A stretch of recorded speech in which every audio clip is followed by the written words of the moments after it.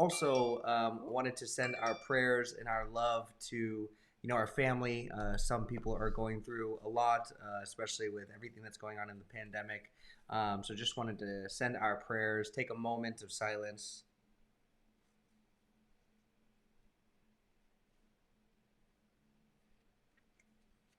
and let everyone know, we're thinking about you and we love you. And if you need anything, we are here. But we do have a story to tell, as we've been doing, and Livy goes live on Accountability Society every single day. So, go ahead, share what's going on in the world, and we'll take it from there. Yeah, so we had our friend James and his team at the Giving app have some big news today. They are launching their year one t shirts, and there's two designs, and they're really cute. And I don't know if we can pull it up on Instagram to show you guys, but we are going to be buying two shirts for ourselves so we can document being there with the Giving app from the beginning. I think pretty early on. We caught up with James this last summer, about 6 months ago. Do you know exactly when they launched the Giving app officially? 2020 is official, Early but we were 2020. talking about it last year. So 2020 is their year one, and they designed some really, really dope designs. So we're gonna pick out our designs today, eat some chocolate, and just a big shout out to them. They've been working so hard, and they've just come so far, and they've had some really, really big news in the last couple of weeks, and it's just been really fun. It's really fun to follow them on Instagram. They're at the Dot Giving app. And every time I see a post from them, it's like you have to stop because it's going to be uplifting, it's going to be positive, it's going to be good news, it's going to introduce you to some of their team members, and they're all just amazing. So, highly recommend you guys follow them because it's food for the soul every time you see them posting. So, Mm, very good. What's the plan for the rest of the week? rest of the week, we have Hope.dev 3.0 coming up on Friday. So we've got New Year's in between that. So we're going to have some family time too. We've got family in town, which is really exciting. But I feel pretty prepared for 3.0. Couple loose ends, but that's about it. We've got two interviews left, and then we are ready to go. I feel like 3.0 is locked and loaded, and it's going to be great. So if you haven't registered yet, www.hope.dev. Again, that's www.hope.dev. Third time. www.hope.dev. So what's the plan? How are you going to finish the year strong? Well, we're already in. You, not we. Oh, me? Well, I've already written down my 20 year one, half one goals.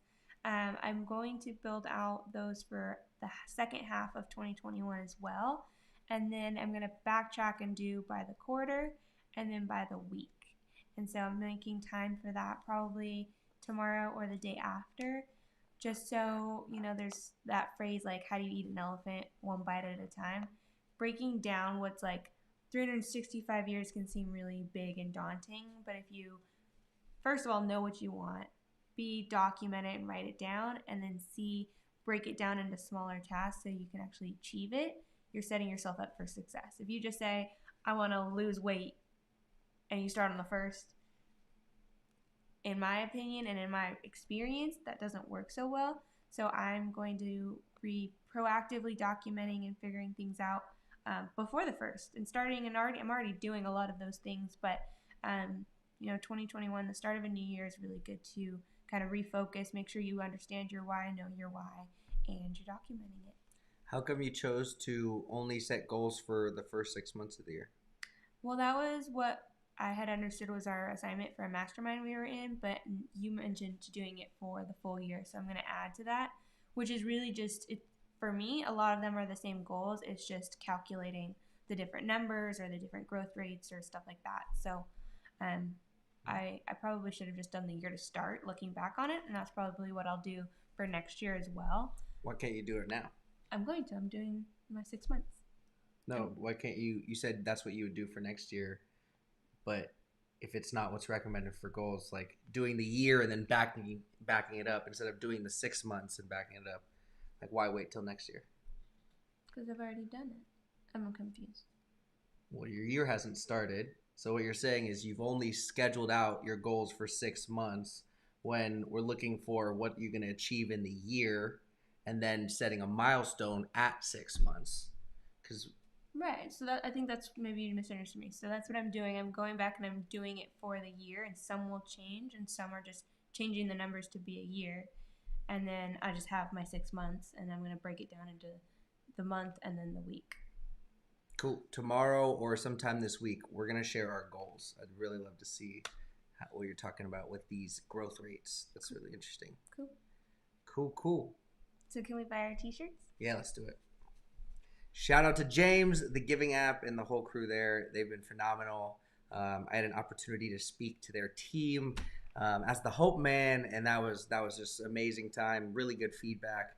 I think that was maybe back in late October, and this was a time when we were just getting into Hope.dev 1.0, and it was an exciting opportunity. But that's why I love technology and what we're doing right now with not just Hope.dev, what we're doing with Synergy Collab, OK We'll Travel, and live streaming every day and documenting strategically. There's this concept of document, don't create, passed through by Gary Vee. He runs VaynerMedia, Wine Library, of a host of businesses, but he's one of the top internet marketing gurus, that's for sure. And I've been following him maybe for the last 7 years. But he came up with a book called Jab, Jab, Right Hook. And it was this concept of sharing a little bit of content, letting this relationship marketing play out. There's going to be people that are watching right now that know me better than some of my own family members know me. They've seen more in the last 6 months than some of my actual family members have seen of me in my entire lifetime. And that really wasn't possible before without being completely eccentric. Still want to be eccentric, but at the same time, now with the tools that we have, live streaming, I can share my day. I can share it on social media. I can use these different tools, private Discord apps, private Discord servers to really cultivate a community, document the process. And that's why between Livy and I, we've documented over 48 100-day challenges, helping over 7,000 days of challenges be completed by other of our audience and people that we love in our community. And that's what's so exciting, the impact that we won't even know. Shout out to Alex Webb and Mental Fit Motivation for what she does with her challenge and consistently putting it out there. Shout out to all the people, my mom, she does this thing called Flower Friday. And that's a really exciting and awesome concept. She every Friday is using her phone, using technology to, share some joy, share some brightness, share some positivity in the world. And when some people are using, social media, Instagram, stuff like that to post negativity or, kind of keep people up with the Joneses, I think is the concept. Like, look at this pic, look at this yacht, look at this Rolex, look at this booty pic. It's really designed to make people grab your attention, envy you. But what we're doing with this document, don't create, is consistently, documenting the process. And what I do is document 7 different values every single day: health, wealth, happiness, spirit, personal development, community, and creation. And this is this concept of not just attraction marketing, but repulsion marketing. Pushing away the people that do not align with my values, pushing away the people that we don't want in our business, we don't want as clients, and we don't really support their values and principles. So these are not people that I want to surround myself with, and they feel pushed away. And it's by design. And it's why you're here today. You always have that option, probably top left, top right. You click the 3 dots, you go to unfollow, you go and block. You do what you got to do to make sure that your feed is clean. And that's what I highly encourage you to do. Take actions that's going to make sure that you are surrounding yourself with your culture that you want to help grow and help you thrive and help, spend your time with. One of the most important things, the greatest gift that you can give, Howard Bowersox taught me this from this summer: time and attention is the greatest gift that someone can give. So if you are giving that gift of your time on your social feed and you're scrolling, who are you giving that gift to that doesn't deserve it, that doesn't line up to your goals, that doesn't help your dream avatar, the person that's inside of you, your hero, become who it needs to be to unlock the future and the potential for your tribe, your people, your legacy, your dynasty. So I look back at technology and I'm really excited because I was someone that was on technology, on AOL, dial-up, I think at age 6. Yeah, dial-up, man. Even before that. there was these AOL discs. I remember at Safeway, they used to have these discs you would get, and it was like a free subscription, 6 months to AOL, and you get to go home. Talk about a funnel, right? That was the beginning of the funnel. That's probably the first funnel that I actively put myself into. And later on, I'm on Google, I'm on YouTube practicing these different skills. And shout out to Mrs. Lane, my fourth grade Yerba Buena project. This is one of my first presentations where I had the opportunity to do research. And that was what it was. It was a research project. And I fondly remember being in fourth grade, sitting there, and we had a great school. So I got to go use a Mac, and these Macs looked a little different. There was these floppy disks that we would get to use, but we got this really cool Mac that was see-through. It kind of looked like an orb, and you could see the back, you could see it into it. Like, it legitimately looked like super futuristic. But this was one of the first things that I got to use outside of my computer at home, which was a PC, where I really understood. It was very intuitive the way that Apple designed these computers. So I would find myself on that Mac quite a bit.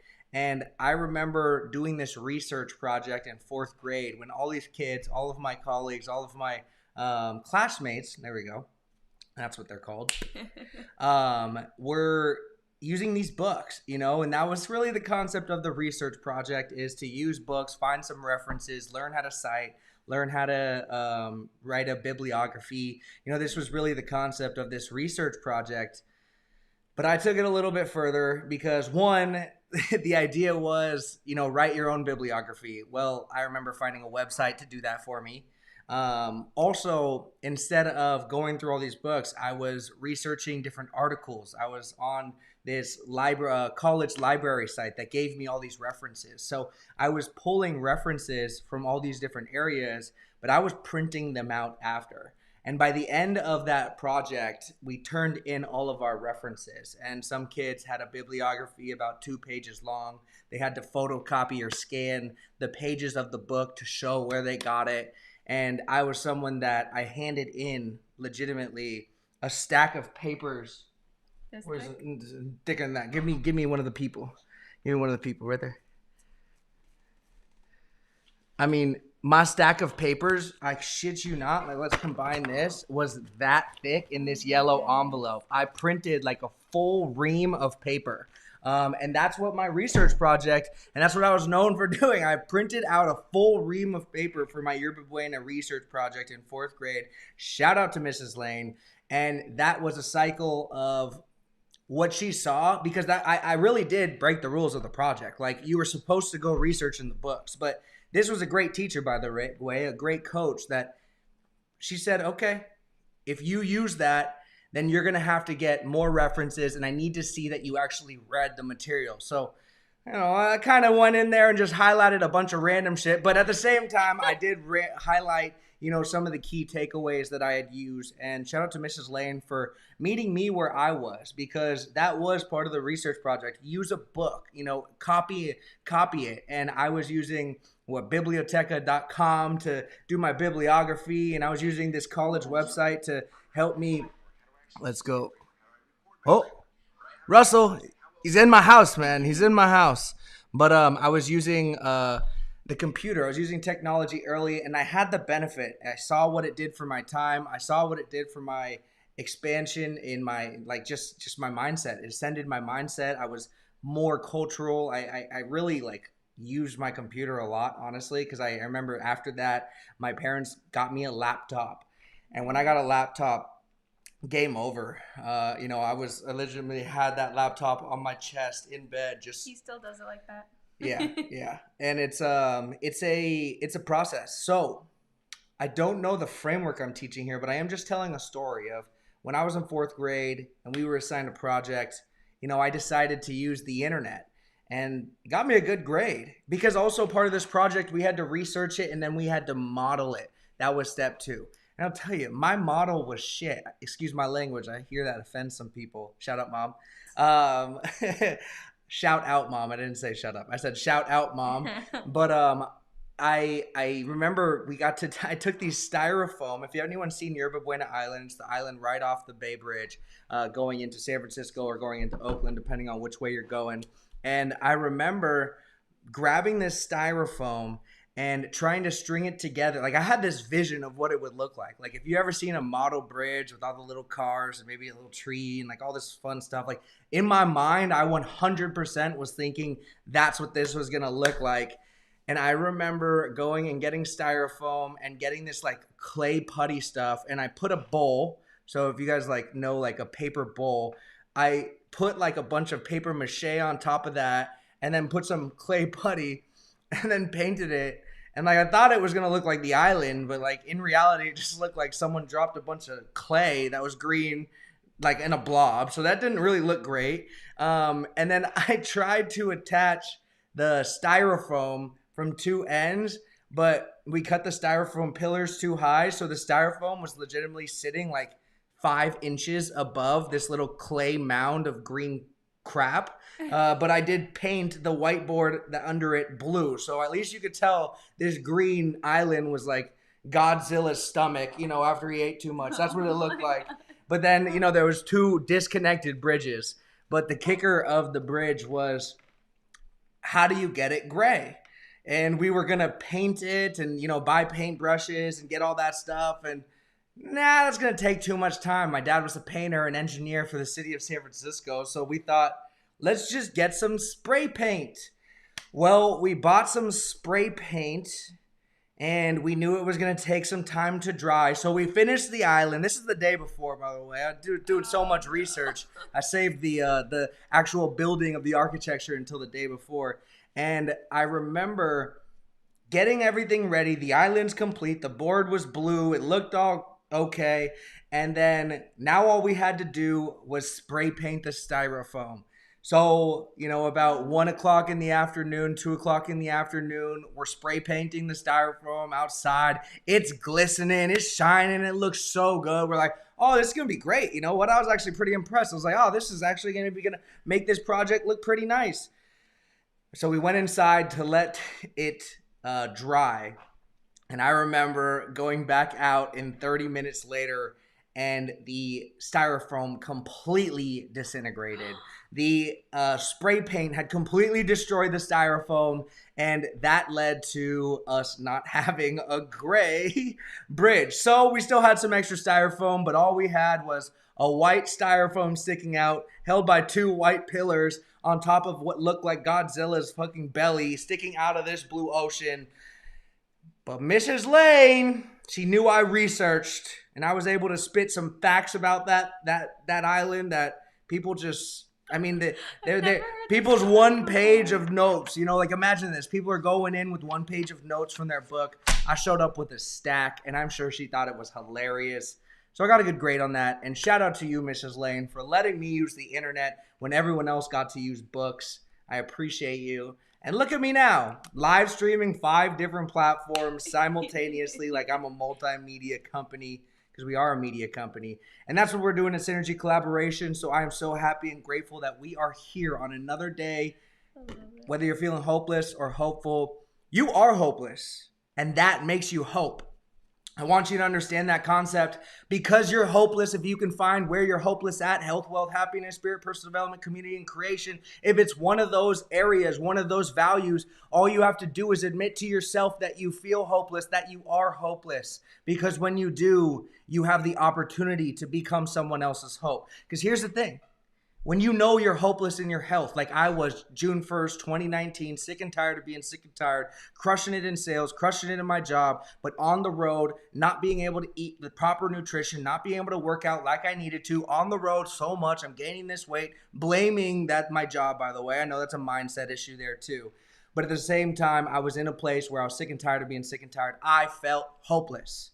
My values of wealth were crushing it. Personal development, spirit, all of these different things, ascending at different, like elevated rates, like things I would dream of. But I still felt hopeless because when I look in the mirror, I'd hate what I saw. So remember, because I was hopeless, that makes me hope. And the reason for that is when I was hopeless, I sat with my buddy Andrew Weiss and we came up with this concept of a 100-day challenge. You do something for 100 days, put $500 down. I do something for 100 days, I'll put $500 down. If one of us doesn't do it, you get my money and vice versa. I got so excited about that concept. Jim Rohn talks about it in his Live the Best Life Ever series. Do you get so excited about your plan, someone else is going to run around and go talk about it? Well, that's exactly what happened. We went home. Livy joined, $500. Now we had $1,500 in the pot. What happened? Brandon saw it, $2,000 in the pot. My buddy Andre saw it, $2,500 in the pot.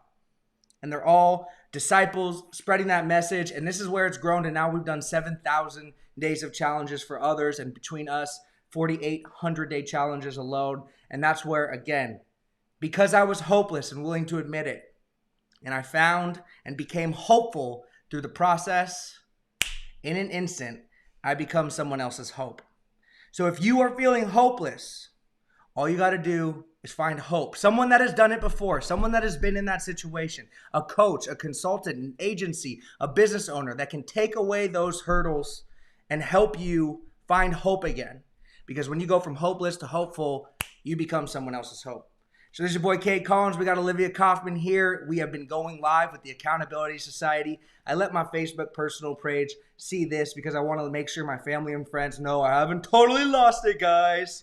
Although it may seem it, I'm just passionate. I have a burning desire to make this happen, and nothing's going to stand in my way. Doesn't matter if there's pandemic. Doesn't matter if it's 2021, 2022. The pandemic's in your mind, and we're not willing to accept that. We're really ready to make it happen. If you're ready to make it happen, show it, prove it, post it. Go make it happen. 2021 can be your best life ever. And don't think that you got 30 more years. Don't think you got 20 more years. Don't think you got 10. Just remember you might have tomorrow. Gandhi talked about live as if you die tomorrow. Learn as if you live forever. So let's do it together. Let's make it happen. Find people like Myron Golden on YouTube. Go check out Myron Golden on YouTube. I hope this changes your perspective. If you're feeling a little down right now, remember, just make a decision. You can make it happen, and we will talk soon. Peace. P.S. We still gotta buy our shirts. Let's get it. Let's get it. Shout out to James and the Giving app. We're gonna be buying the shirts.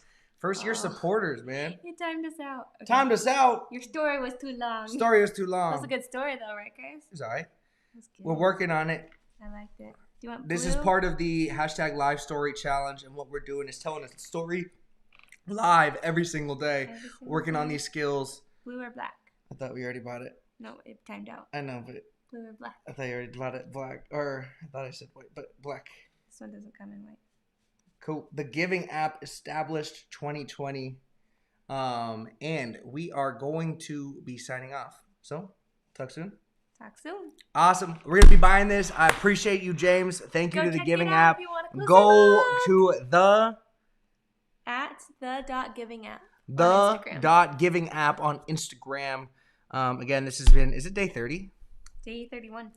No way. Let me see this real quick, guys. So a lot of people don't know this. We have these Discord servers. This is where we post all the content. So it's like, you know, if you go to my Facebook profile and it says, if it wasn't posted, it didn't happen. Well, just think about this. For the last, how many? 4,800 days of challenges, at least. We got them documented publicly. Let's make it happen. I'm so happy and grateful to make it happen with you.